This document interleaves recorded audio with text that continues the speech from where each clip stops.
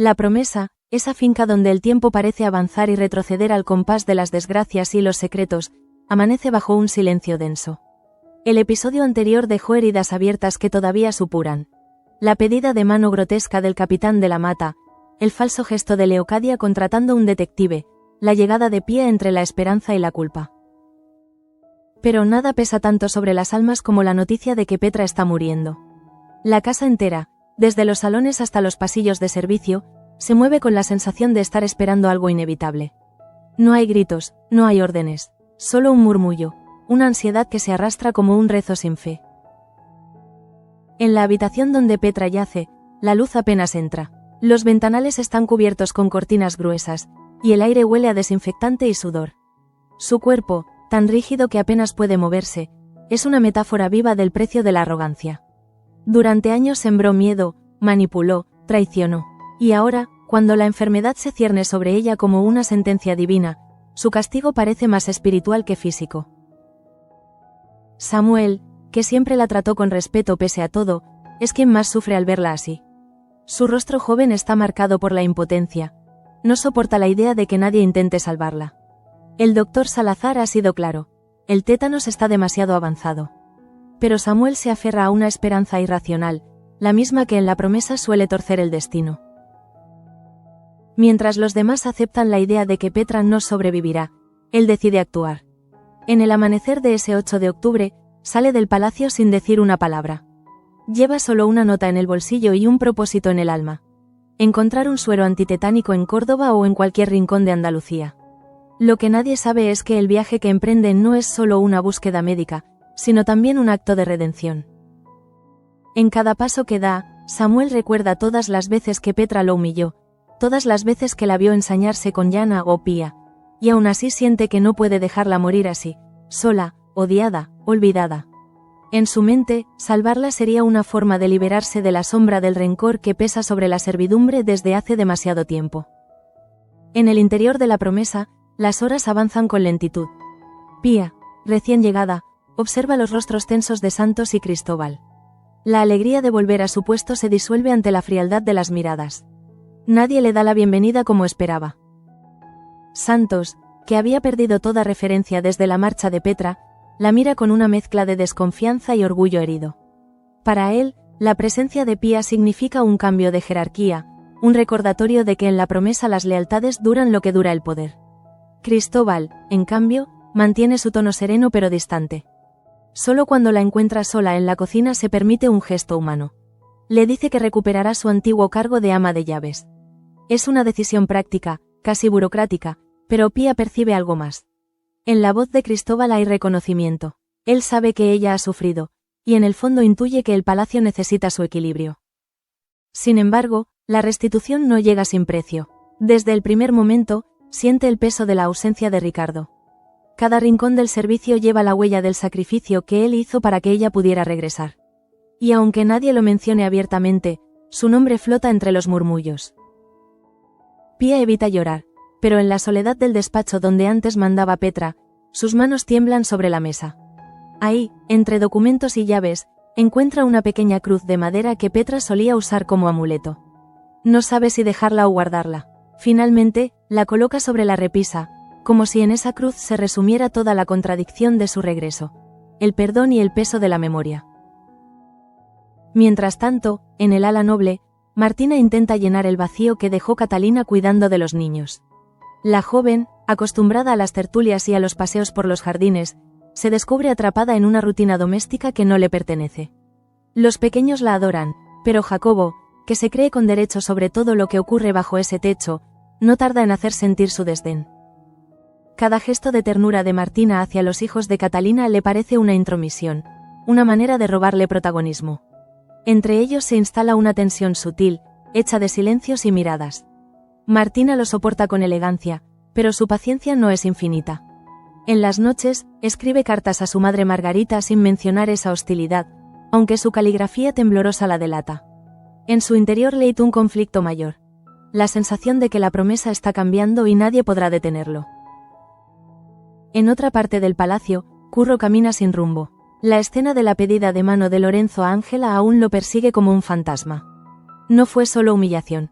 fue un recordatorio cruel de su impotencia. Ángela, la mujer que ama, se está alejando de él, atrapada entre el deber y el miedo. Cada vez que intenta hablar con ella, encuentra una barrera invisible, un muro de contención que Leocadia ha levantado con precisión de estratega. Él lo sabe, y aún así insiste. Pero esa mañana, cuando la ve en el jardín acompañada por su madre, comprende que el amor no basta.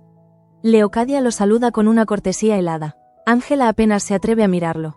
Y cuando por fin se marchan, Curro siente que la vida se le escapa entre los dedos, como arena. Toño, por su parte, intenta poner orden en medio del caos. Desde hace días nota que Manuel está más inquieto, más observador. Y lo que al principio interpretó como un exceso de celo, ahora empieza a parecerle una obsesión. Enora, la joven mecánica que llegó de Francia, se ha ganado su confianza, pero también ha sembrado dudas. Manuel no deja de sospechar. Ha revisado los planos del motor, ha comparado medidas, ha hecho cálculos y algo no encaja. Siente que hay trazo de engaño, una alteración mínima, pero suficiente para delatar que Enora ha mentido. No sabe por qué ni para quién, pero está dispuesto a llegar al fondo. En el taller, frente al avión inacabado, se libra una batalla silenciosa, la de la verdad contra la apariencia.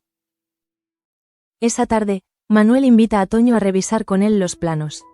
No hay reproches, solo hechos. Le muestra una serie de líneas, unas correcciones que Enora presentó como mejoras y que, en realidad, eliminan la eficiencia del diseño. Toño, incrédulo, revisa una y otra vez. No puede ser, murmura, aunque su expresión revela que lo sabe. Enora los ha engañado, el motivo aún se le escapa, pero el golpe de realidad es devastador. El heredero de los Luján, tantas veces cuestionado, ha tenido razón. Y la decepción no se dirige solo hacia Enora, sino hacia sí mismo por no haber visto el engaño antes. Lo que Manuel no imagina es que este desenmascaramiento marcará un antes y un después en la relación de confianza entre ambos y en el equilibrio de toda la finca.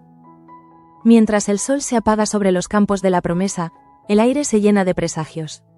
Petra sigue respirando, apenas. Los temblores se intensifican, su mandíbula se bloquea, y el doctor Salazar, impotente, ordena que no la dejen sola. Teresa se ofrece para velarla durante la noche, pero es Vera quien se queda finalmente, con una mezcla de miedo y compasión. En su mente resuenan las palabras del médico, va a morir. Y sin embargo, en su interior una voz más íntima le dice que no todo está perdido, que a veces la vida se aferra incluso a los cuerpos más rotos. Vera enciende una vela y reza, no por devoción sino por necesidad, como quien intenta poner en orden el universo con un gesto. Fuera, la tormenta que se aproxima al horizonte anuncia que nada permanecerá igual. Samuel cabalga bajo el cielo gris, atravesando caminos de barro. En cada pueblo pregunta, suplica, ofrece dinero. Pero el suero que busca escasea, la guerra, las epidemias, el abandono han hecho desaparecer casi todos los suministros. Aún así, no se rinde. Sabe que en algún lugar puede existir una dosis. Lo que no sabe es que, mientras él desafía el destino, en la promesa la figura de Petra se convierte en espejo para todos. Para Pía, que se enfrenta al peso del pasado. Para Cristóbal, que reconsidera su rigidez. Para Manuel, que empieza a entender el costo de la confianza traicionada. Y para Curro, que contempla cómo el amor se desmorona cuando el poder se impone. La noche cae sobre el palacio como un sudario.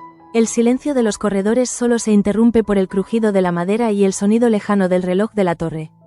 Pía camina sola hasta la habitación de Petra. Entra sin llamar. La escena la desarma. Aquella mujer que tantas veces la humilló yace ahora inerme, prisionera de su propio cuerpo. Por un instante siente compasión, luego rabia, luego otra vez compasión. Se acerca y le acomoda la manta. Has ganado demasiado para perder así, piensa. No dice palabra, pero en su mente sabe que el poder de Petra ha muerto mucho antes que su cuerpo. A la misma hora, en los talleres, Manuel y Toño sellan un pacto silencioso. Nadie sabrá lo de Enora hasta que averigüen sus verdaderas intenciones. La prudencia es su única defensa. Enora, ajena a la conversación, trabaja concentrada en su banco, pero en sus ojos brilla una inquietud. Siente que algo ha cambiado. Quizás sea la manera en que Manuel la observa, o el tono con que Toño la saluda. En cualquier caso, comprende que el tiempo de las mentiras está llegando a su fin. Y así, mientras cada personaje libra su propia batalla, el corazón de la promesa late con un ritmo nuevo, incierto, casi trágico. El destino de Petra pende de un hilo, la verdad sobre Enora amenaza con estallar, y el amor de Curro se disuelve entre promesas rotas. Nadie lo sabe aún, pero el amanecer siguiente traerá una revelación que alterará para siempre el equilibrio de la finca. La madrugada se cierne sobre la promesa como un manto espeso de incertidumbre. En las cocinas, el fuego de las chimeneas se ha apagado y solo queda el chisporroteo de las brasas, como si el corazón mismo del palacio se resistiera a morir. Pía, que no ha podido conciliar el sueño, repasa los inventarios y observa el reloj de pared. Cada tic-tac le recuerda la ausencia de Samuel, esa ausencia que pesa más por lo que significa que por lo que provoca.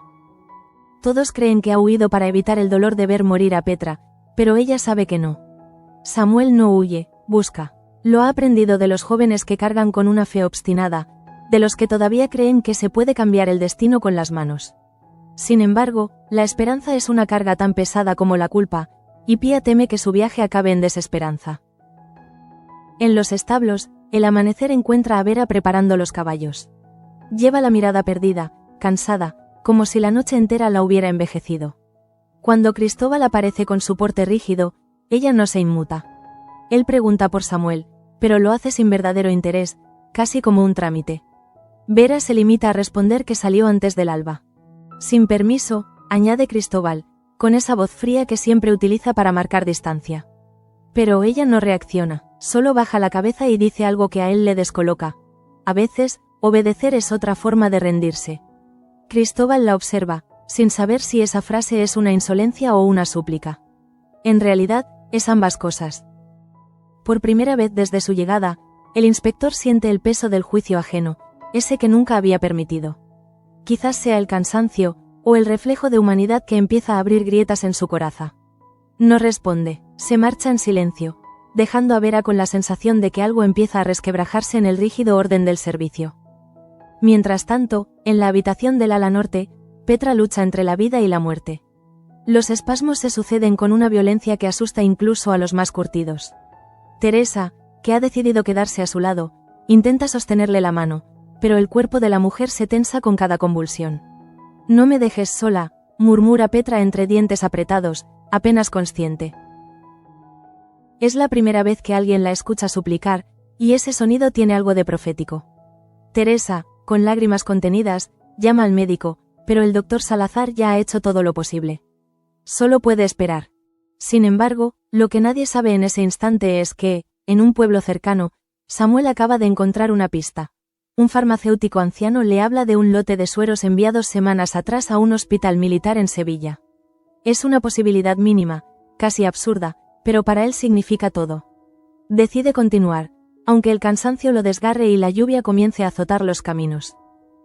De regreso en el palacio, los ecos del pasado siguen resonando.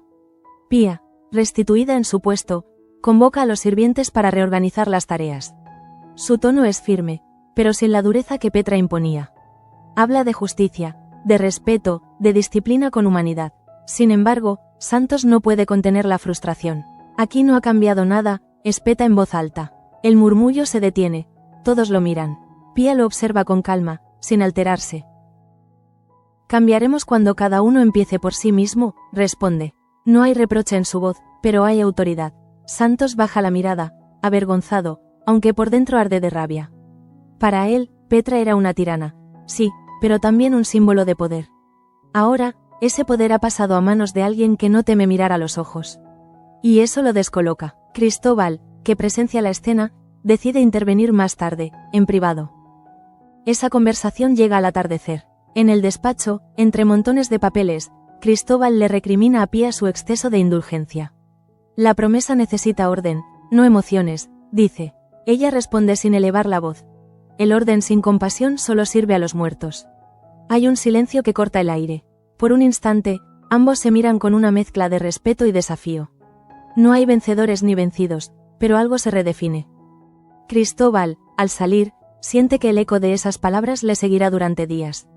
En el fondo, sabe que Pía tiene razón. El sistema de faltas que impuso ha convertido a la servidumbre en un campo de miedo, no de trabajo. Esa noche, antes de dormir, anota algo en su libreta: revisar el reglamento. El miedo no construye nada, es un gesto mínimo, pero es el primer signo de cambio. En el ala de los señores, la vida continúa con una normalidad forzada. Martina pasa horas con los niños de Catalina, contándoles historias para distraerlos del vacío. Pero Jacobo no soporta verla tan cerca de ellos. Siente que cada risa infantil es una acusación contra su propio vacío, una burla a su incapacidad de conectar con la vida. Una tarde, mientras ella recoge los juguetes, él se acerca con una frialdad calculada y le dice: «No te equivoques, no eres su madre». Martina se queda inmóvil, no responde, no porque tema, sino porque entiende que enfrentarlo sería darle poder.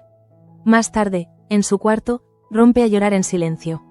No por las palabras, sino porque empieza a sospechar que el alma de la promesa se está corrompiendo por dentro, que ni los niños están a salvo del veneno de los adultos. Curro, en cambio, vive un infierno más íntimo. Desde que presenció la pedida de mano de Lorenzo, su vida se ha vuelto una espiral de angustia. No puede comer, no puede dormir, a veces camina hasta los establos solo para ver si Ángela aparece. Pero ella no lo hace. Cuando finalmente la encuentra, en el corredor principal, acompañando a Leocadia, se atreve a detenerla. «Solo quiero hablar», suplica. Pero la joven no responde. Es Leocadia quien contesta por ella. «Las decisiones de mi hija no te conciernen». Curro la mira, mordiéndose la lengua para no decir lo que piensa. Sabe que cualquier palabra suya podría ser usada en su contra. Ángela lo observa fugazmente, y en esos segundos hay más dolor que en cualquier discusión. Él entiende que la ha perdido, o que al menos está a punto de perderla. Lo que no imagina es que, en el fondo, ella lucha contra sí misma, contra el miedo que su madre ha sembrado con años de manipulación. Enora, ajena a estos dramas personales, continúa su farsa en el taller. Pero algo en su comportamiento ha cambiado. Ya no es la muchacha segura y encantadora que conquistó la confianza de Manuel. Ahora está tensa, esquiva, casi temerosa. Sabe que algo se ha roto. Cada vez que Manuel entra, siente una punzada de inquietud. Ese día, cuando él le pide revisar de nuevo las piezas del motor, sus manos tiemblan. Intenta mantener la compostura, pero la voz la traiciona. Toño, que observa desde un rincón, percibe el temblor. No dice nada, pero lo anota mentalmente. A medida que el día avanza, las sospechas se convierten en certezas. Enora está mintiendo. La cuestión ya no es si lo hace, sino por qué. La respuesta llega al caer la noche, cuando Toño decide enfrentarla en el hangar, lejos de oídos indiscretos.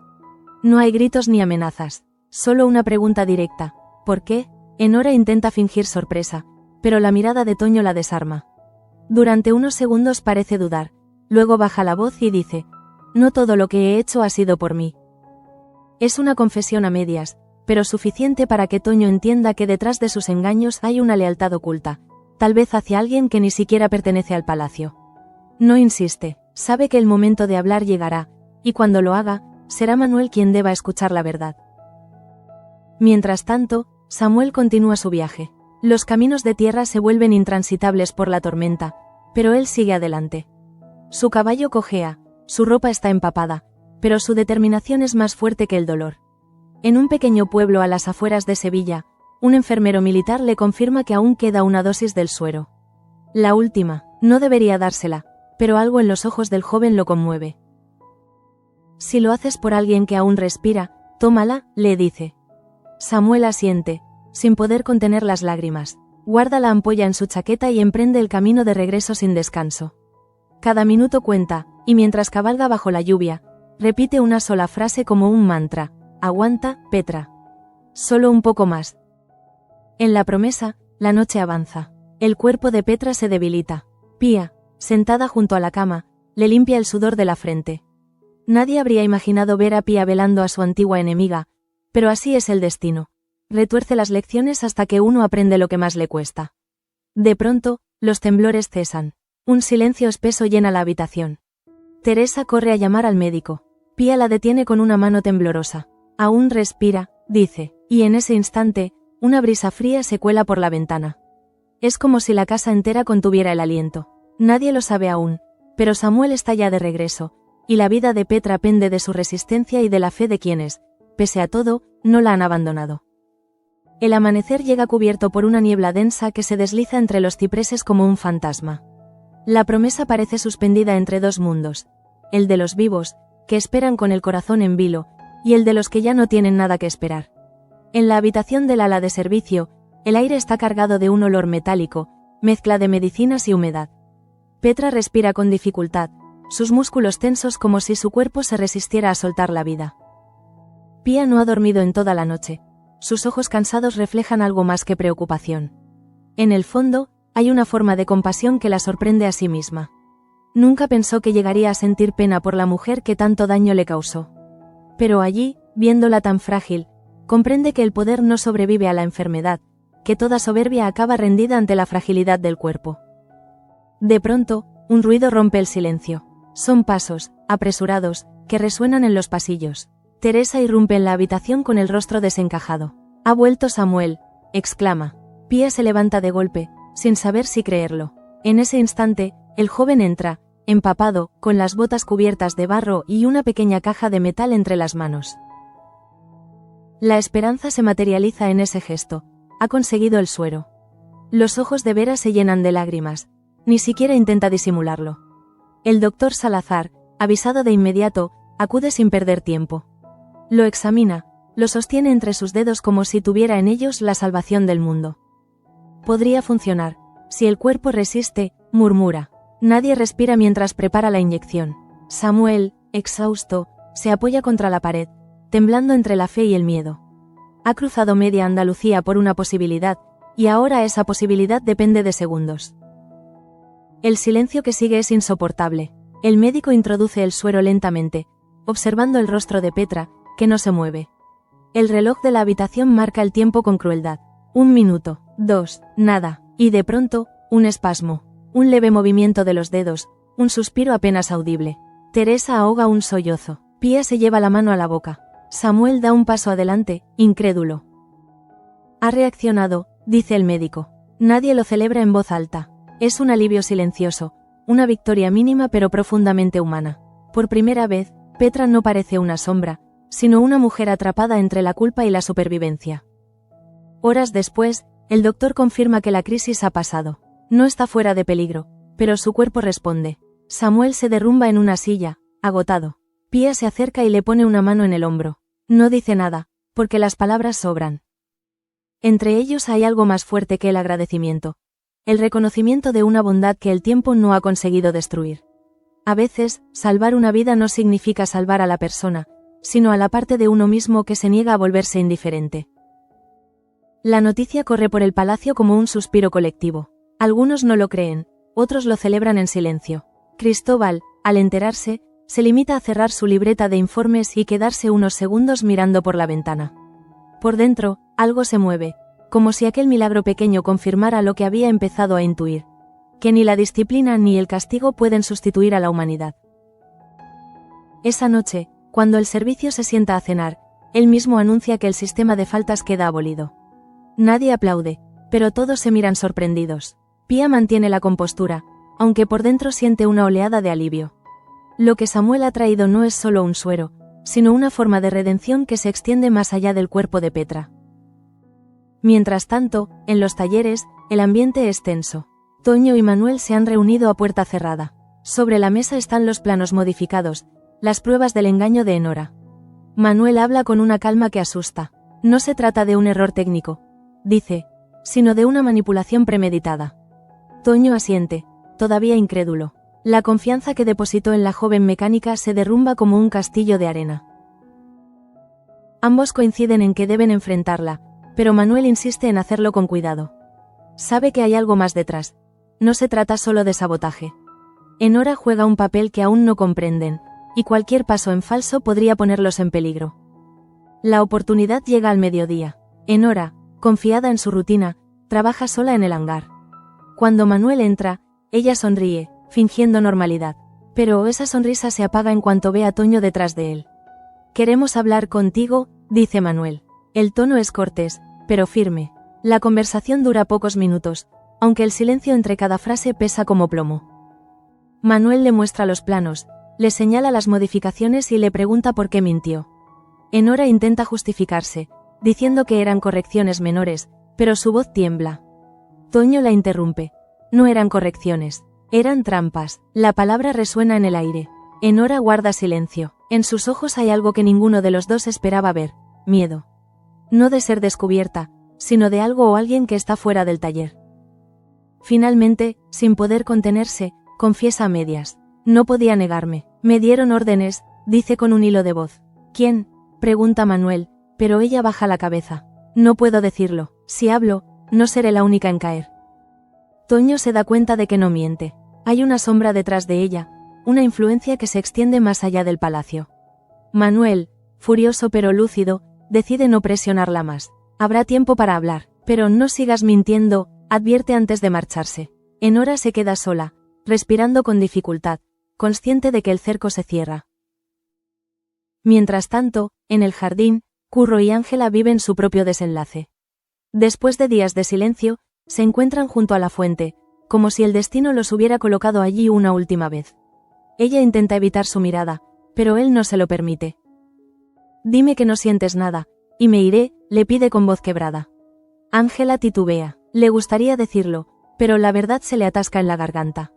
No puedo, susurra, y en esa confesión hay más tragedia que en cualquier rechazo, porque no depende de ella, sino del miedo que Leocadia ha implantado como una raíz venenosa. Curro entiende entonces que el amor que los unía no ha muerto, pero ha sido secuestrado.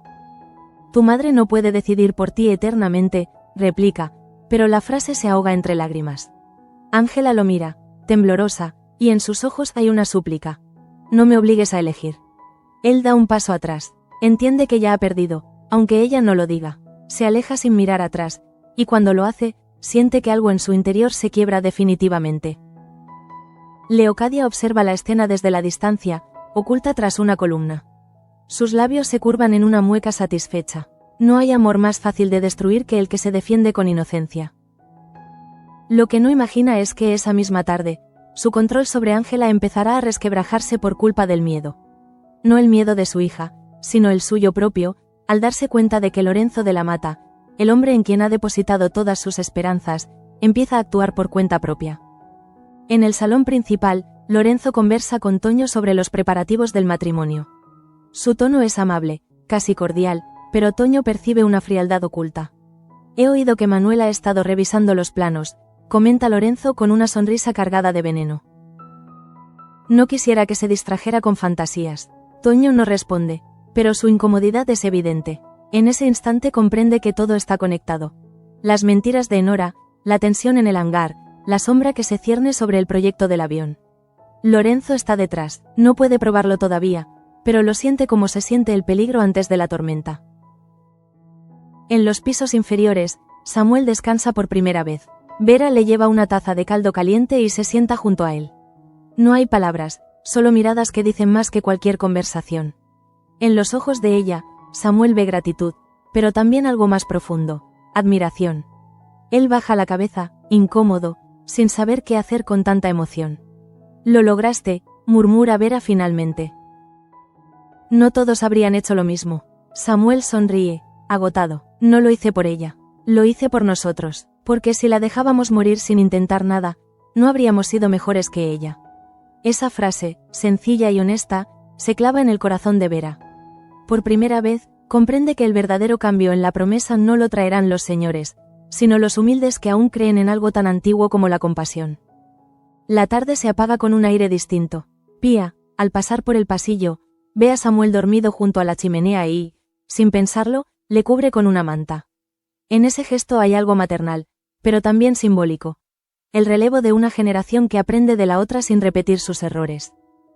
Mientras tanto, en el ala noble, Manuel escribe en su cuaderno, una costumbre que ha adoptado desde que empezó a desconfiar de Enora. Anota cada detalle, cada palabra, cada gesto. Sabe que el peligro no ha terminado, pero también sabe que ahora tiene aliados. El tiempo de las máscaras se acaba, y la promesa se prepara, sin saberlo, para un desenmascaramiento mayor que afectará a todos. Cuando cae la noche, el sonido de la lluvia regresa. Las gotas golpean los ventanales como si el cielo mismo quisiera purificar la casa. Petra duerme, débil pero viva. En su sueño, tal vez ve los rostros de aquellos a quienes dañó, tal vez siente por primera vez lo que es el perdón. Samuel, en otro cuarto, sueña con caminos de barro y voces lejanas. Manuel, con planos que se encienden como fuego. Curro, con un amor que se escapa entre los dedos. Todos, en su soledad, comparten el mismo deseo, que el día siguiente traiga respuestas. Pero la promesa no es un lugar donde las respuestas llegan fácilmente. Aquí, Cada verdad descubierta abre otra herida, y cada salvación tiene un precio que aún nadie ha pagado. El amanecer del día siguiente llega con un resplandor extraño, una luz blanca que parece colarse entre las sombras como una advertencia. La tormenta ha cesado, pero el silencio que deja tras de sí es más inquietante que el trueno. En la promesa todo parece suspendido, como si las paredes mismas contuvieran la respiración. Petra, en su cama, sigue inconsciente, aunque su cuerpo ya no tiembla. Su piel, antes ceniza, ha recuperado un leve tono rosado. El suero de Samuel ha surtido efecto, al menos de momento. Pía entra despacio, con el mismo sigilo con que se pisa una iglesia. La observa en silencio, tratando de reconciliar en su mente a la mujer débil del presente con la tirana que fue. Le cuesta, pero algo dentro de ella se conmueve. Sabe que, si Petra despierta, no solo regresará una vida, también regresarán las culpas. En otra parte del palacio, Cristóbal comienza su jornada más tarde de lo habitual. El cambio en su semblante es imperceptible, pero real. Ya no lleva la mirada altiva ni la rigidez militar que lo definía. Pía lo encuentra en el corredor, revisando informes con un aire distraído. Ella se detiene unos segundos antes de hablar. «Gracias por lo de anoche», dice. Él asiente sin mirarla. «No hice nada heroico». Ella sonríe apenas. A veces, lo heroico es dejar de mandar. Es una frase que, pronunciada en voz baja, queda flotando entre ambos. Hay algo en esa conversación que ninguno quiere admitir. Respeto. Un respeto que nace de la comprensión mutua, no de la jerarquía. Por primera vez, el servicio tiene un líder que escucha, y un superior que empieza a dudar de sí mismo. Y esa combinación, en la promesa, es un acontecimiento casi revolucionario. Mientras tanto, en los talleres, Manuel y Toño revisan una vez más los planos modificados por Enora. Las líneas trazadas con tinta azul revelan un patrón, un tipo de interferencia demasiado precisa para ser casual. Manuel lo comprende de golpe.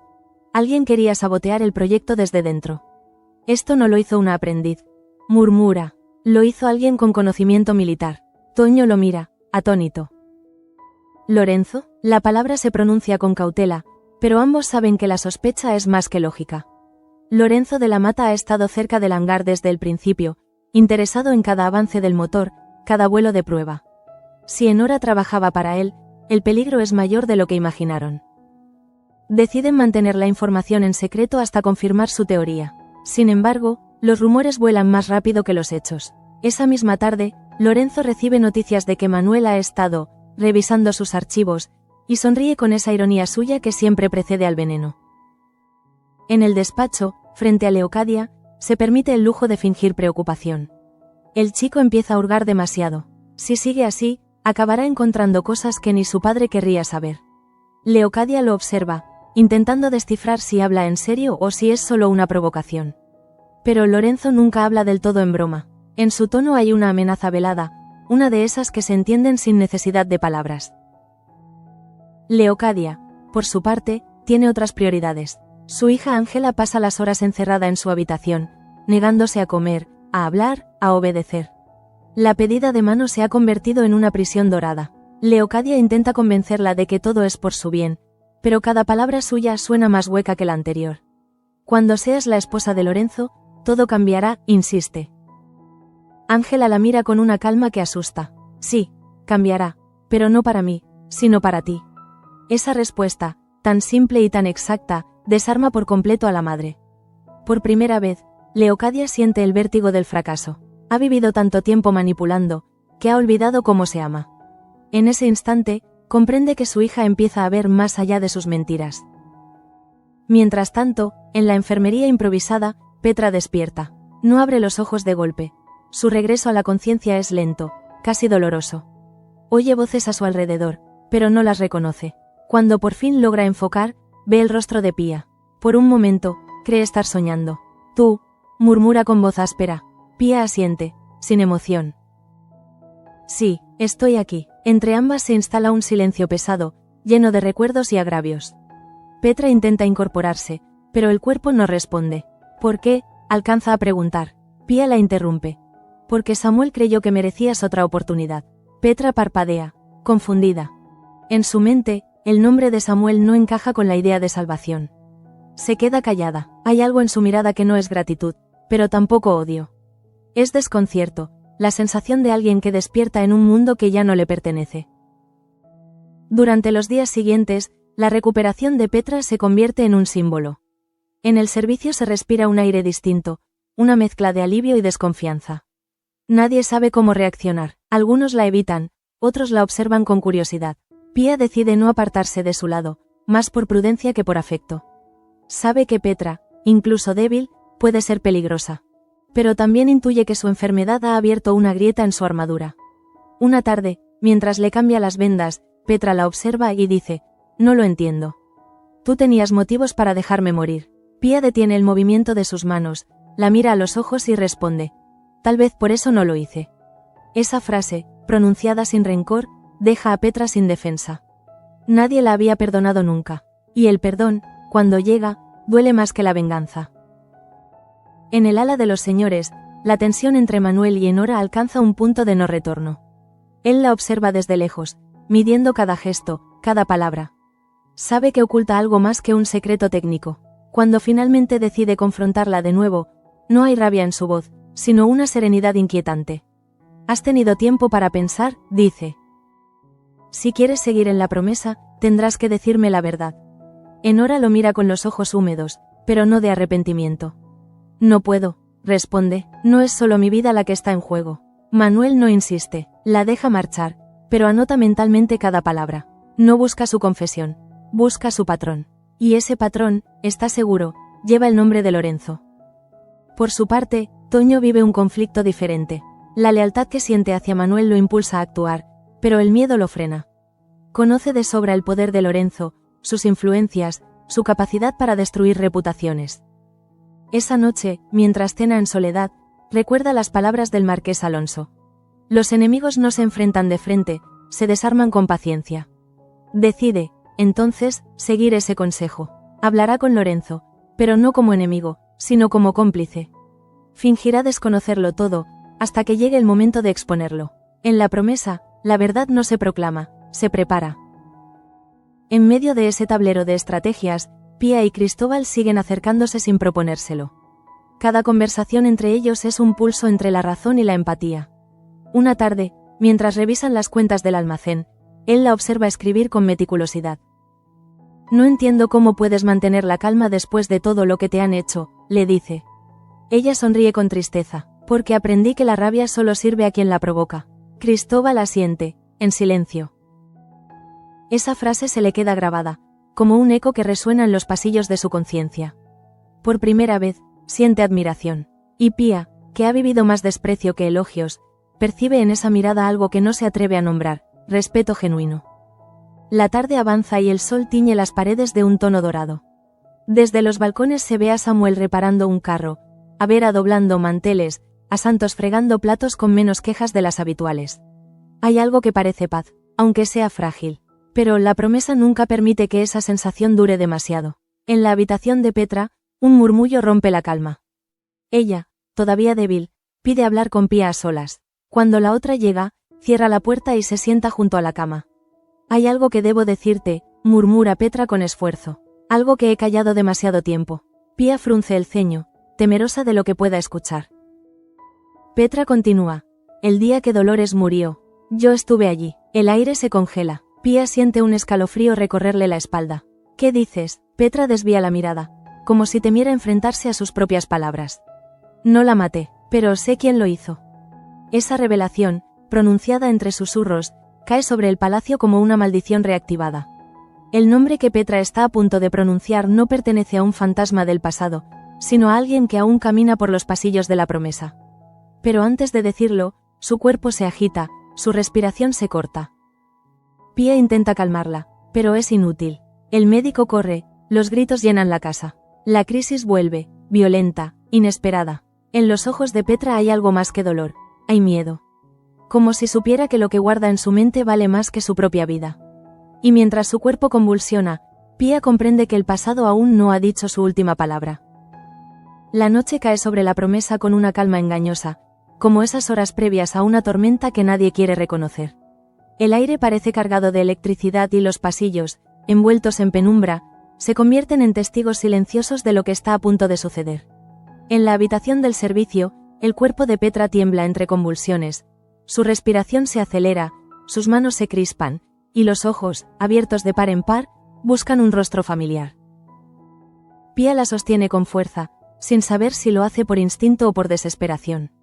Resiste, murmura una y otra vez, aunque ni ella misma cree en esas palabras. El doctor Salazar corre, los frascos tintinean, las velas oscilan, y por un momento todo el palacio parece inclinarse hacia ese lecho, como si el destino entero de la casa dependiera del último aliento de esa mujer. La crisis dura minutos, pero se siente como una eternidad. Cuando por fin el cuerpo de Petra se relaja, un silencio absoluto invade la estancia. Nadie respira, el doctor la examina, apoya los dedos sobre su cuello y asiente con gravedad. Sigue viva, dice, casi incrédulo.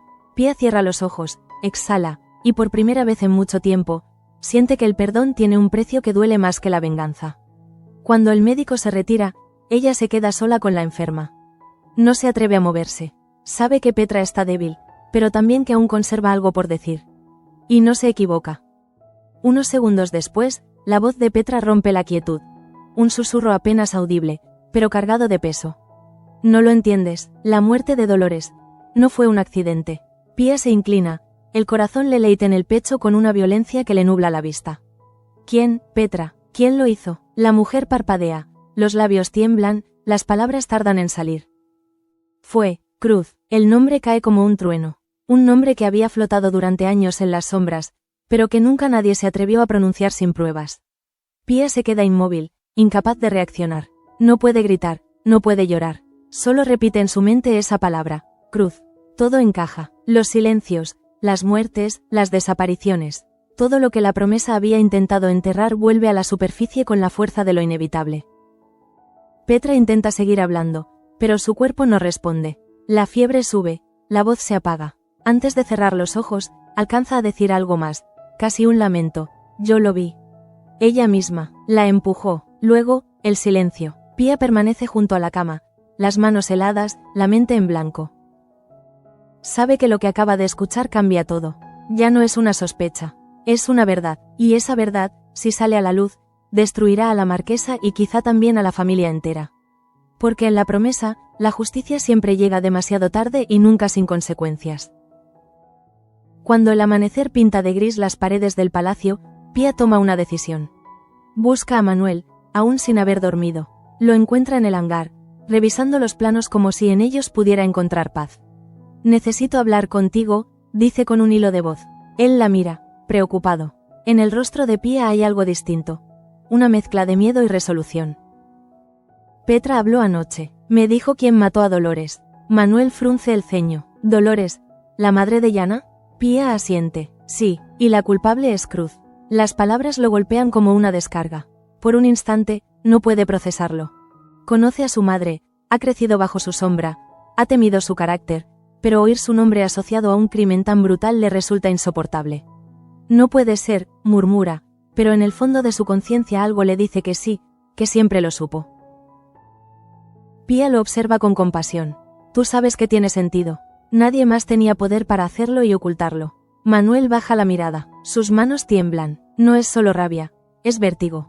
Todo su mundo, la lealtad familiar, la herencia, la promesa de continuar el linaje, se desmorona de repente. Si esto se sabe, la promesa se hunde, dice con voz quebrada. Quizás sea hora de que se hunda, responde Pia. No lo dice con ira, sino con tristeza. Ambos comprenden que esa verdad no puede esconderse para siempre, pero también saben que divulgarla podría provocar una guerra interna peor que cualquier enfermedad.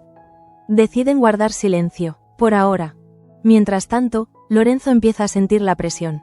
Sus informantes le aseguran que Manuel está reuniendo pruebas sobre los planos y que Toño ya no le es completamente leal. Se encierra en su despacho, traza líneas sobre un mapa, repasa nombres, y en su mente se abre paso una idea peligrosa. Atacar antes de ser atacado. Esa mañana manda llamar a Enora. La joven llega temblando, consciente de que su doble juego ha llegado al límite. Lorenzo la recibe con una sonrisa que hiela la sangre. Has hecho bien tu trabajo, pero alguien te ha descubierto. Y cuando se descubren los secretos, siempre hay que elegir entre la lealtad y la supervivencia. Ella intenta hablar, pero él la interrumpe.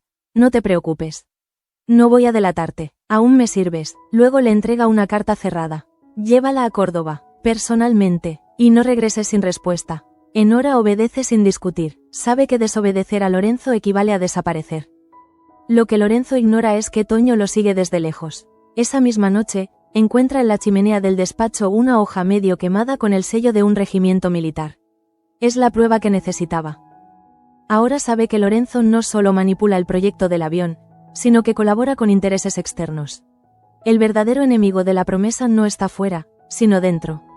Toño decide contárselo a Manuel, pero aún no. Esperará, porque en esa casa, la verdad solo se gana cuando se elige el momento exacto para decirla. En el otro extremo del palacio, Leocadia pierde el control sobre Ángela. La joven, cada vez más decidida, se enfrenta por primera vez a su madre con la serenidad de quien ya no teme. No quiero casarme con Lorenzo.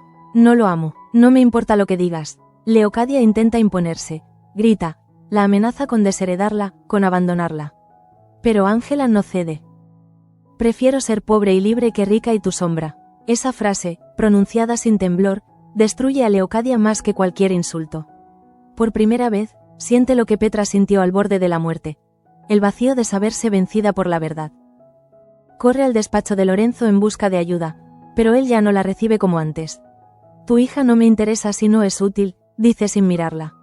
Leocadia comprende, demasiado tarde, que ha vendido su alma a un hombre que nunca tuvo intención de cumplir sus promesas. Curro, ajeno a esos juegos de poder, vuelve a aparecer en el jardín donde solía encontrar a Ángela.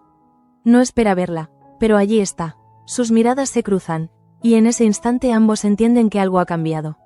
Ya no hay miedo, ni vergüenza, ni imposiciones.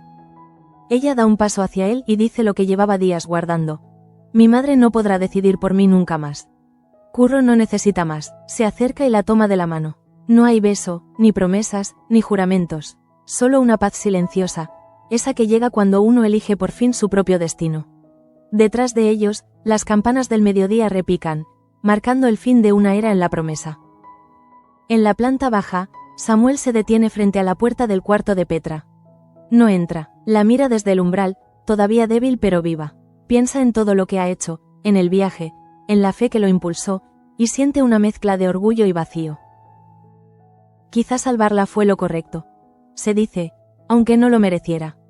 Pía, al pasar, lo oye y responde sin girarse. A veces, lo correcto no se hace por los demás, sino por uno mismo. Samuel sonríe con tristeza. Esa frase resume todo lo vivido en esos días. Cada gesto de redención, cada perdón otorgado sin condición, cada verdad revelada con el precio del dolor. Cuando cae la tarde, Manuel sube al despacho del marqués Alonso. No lo encuentra. En su lugar, sobre el escritorio, hay una carta sellada con el escudo de la familia. Al abrirla, lee las últimas palabras de su padre. Hijo, si alguna vez descubres lo que yo supe y callé, no me juzgues.